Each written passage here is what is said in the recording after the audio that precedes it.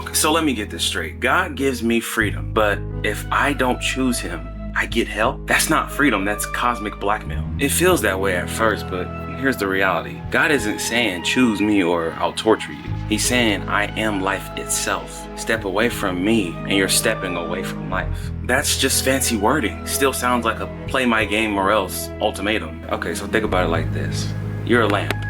God is the outlet. If you unplug from him, the outlet isn't punishing the lamp. Darkness just happens naturally because you disconnected from the source. So hell is unplugging yourself? Yeah, God isn't throwing people into a pit screaming gotcha. Hell is just the reality of people saying I don't want you, God, and God respecting their freedom and lets them have what they want. But why even allow that option? If he's all powerful, why not just keep us plugged in? Because love without choice isn't love, it's programming.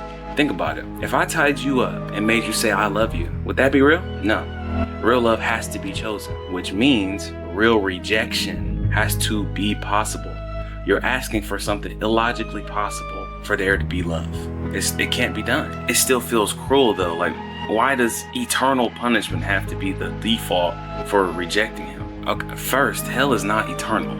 It's for a long time, and then you get annihilated. That's just the short version. That's the part most people miss too, is God doesn't want anyone to be separated. It literally says, I take no pleasure in the death of the wicked, but that they turn from their ways and live.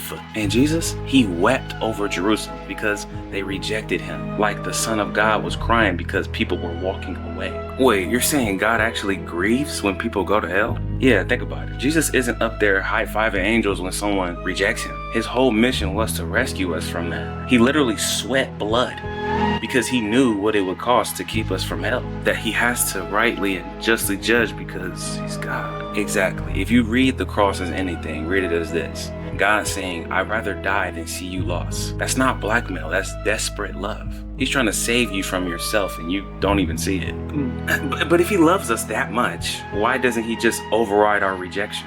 Because forced love isn't love. God wouldn't drag anyone kicking and screaming into heaven. Imagine someone spending their whole life saying, I don't want God, I don't want his ways.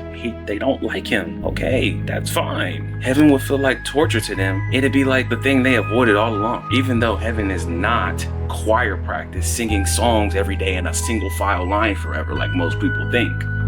But that's why some don't want to go, but that's for another time. So hell isn't God slamming the door on people, it's people slamming the door on God and him respecting it? Exactly. The gates of hell are locked from the inside. People think they're escaping God, but they're really cutting themselves off from life, joy, and love. Jesus said, those who don't love me love death. So people like Matt Dillahunty, an atheist, says he doesn't want life after death. He'd rather stay dead. That's fine. Let him be then. He will get judged rightfully just like everyone else, since he didn't want the free bond that is Jesus.